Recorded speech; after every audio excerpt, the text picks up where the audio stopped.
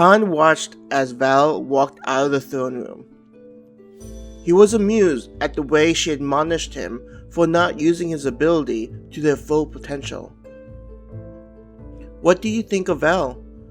he asked Giselle, who was still laying on his chest. She reminded him of an adorable kitten as she rested there. "Giselle thinks that woman is arrogant for lecturing Master," she answered, sounding annoyed. "Why do you think that?" he asked, genuinely curious about how she would respond. Why should Master be at the beck and call for humans? Even if Master would provide everything for them, they would never grow into anything worth the time. They would just enjoy the life Master offered them. What about the people living in the city? They seem to be trying to reach their full potential. He tried to trip her up. But these people came risking everything, wanting to choose a better life. Master did not just hand it to them, she countered, one eye slightly open. Enjoying the debate he had, Han looked up and pondered the words that Giselle said. Though it was slightly different from what he thought, it was still a process which was followed in a logical manner. Even if she was created by him, like the others, she began to develop her own opinions. This made it very enjoyable for him, thinking that his creations were separate from him, though it didn't mean they were disloyal. He also thought about the words Val said about there being an end goal. Han had created a city to see whether humans were capable of self-development if everything was provided for them. In this sense, he had succeeded with the experiment, though he still believed that it wouldn't be successful if it were rolled out to other areas of the world. A part of it had to do with what Giselle stated. A slight hissing noise made him turn his head over to look at the cylinders. The doorway that Celestra and Ha-Yun had taken were now open. He was both happy and startled to see that the process had completed and was eager to see how they developed. As the smoke cleared from each of the cylinders, the first to exit from their respective container was Celestra. When she emerged, her skin appeared to be ablaze, like there was a great fire. There were scales that ran up the side of her body and back, in a way that didn't hinder a person to see her womanly charms. The scales seemed to enhance her appearance instead of diminishing it. On top of the head was a single horn that seemed to curve back slightly.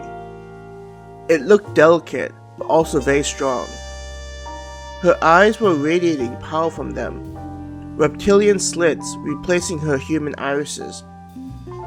Han felt himself gulping at how sensual she looked, a little older than when she first entered, but still retaining her youthful innocence. Prying his eyes off of Celestra, Han was surprised that there was still a cocoon in the cylinder and Ha-Yun hadn't emerged. Just as he was about to show concern, the cocoon began to crack open.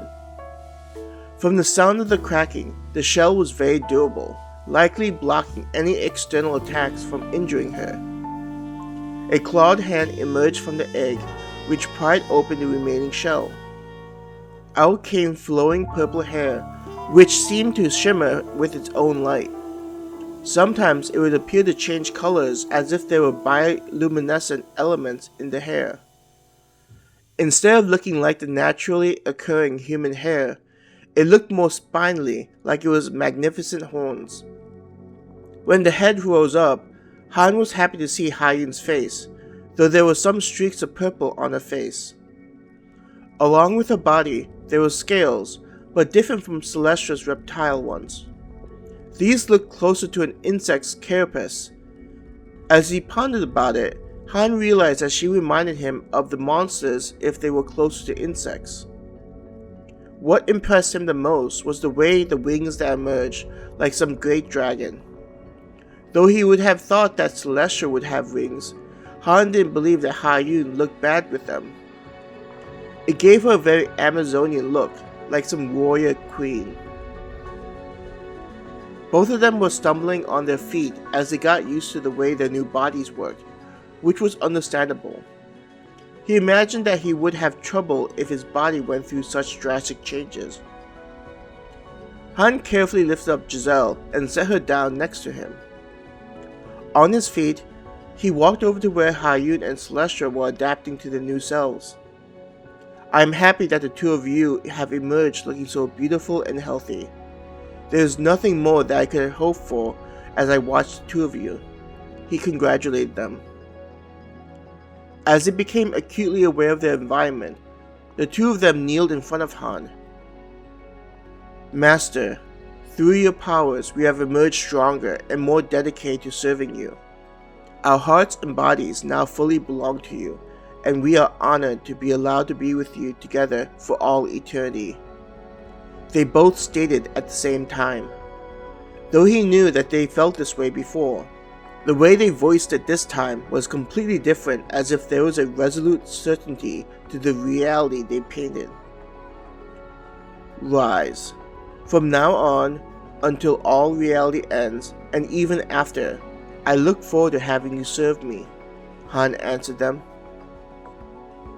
Both rose and had faces full of confidence and love. They no longer had the weaknesses that were naturally inherent inside of humans, with their doubts and physical limitations. Instead, they appeared no different than his other creations. How do you feel? He asked them. I feel so much strength coursing through me, Master, Hayun said with wonder in her voice. I sense that my abilities are far greater than my current self. Master, I feel as magnificent as a dragon or phoenix. Is this what it feels to have such control over fire? Celestia asked, looking at him with a broad grin on her face. I am happy that you are satisfied with your current self. Hayun, you're right in that there are more things your power can control.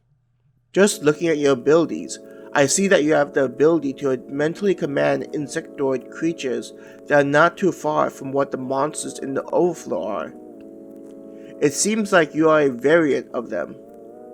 He looked at Hayun, happy that she is enjoying the additional powers she has. Turning to Celestia, he said, Yes, it appears that you have complete mastery over fire. You are so close to it that your body itself can shift partially into it. No longer will things be able to stand in your way before you incinerate them into nothingness. Master, we have been away from you for far too long. Celestia looked at him with a cute expression. Hayun, after hearing Celestia, also demonstrated a carnal desire.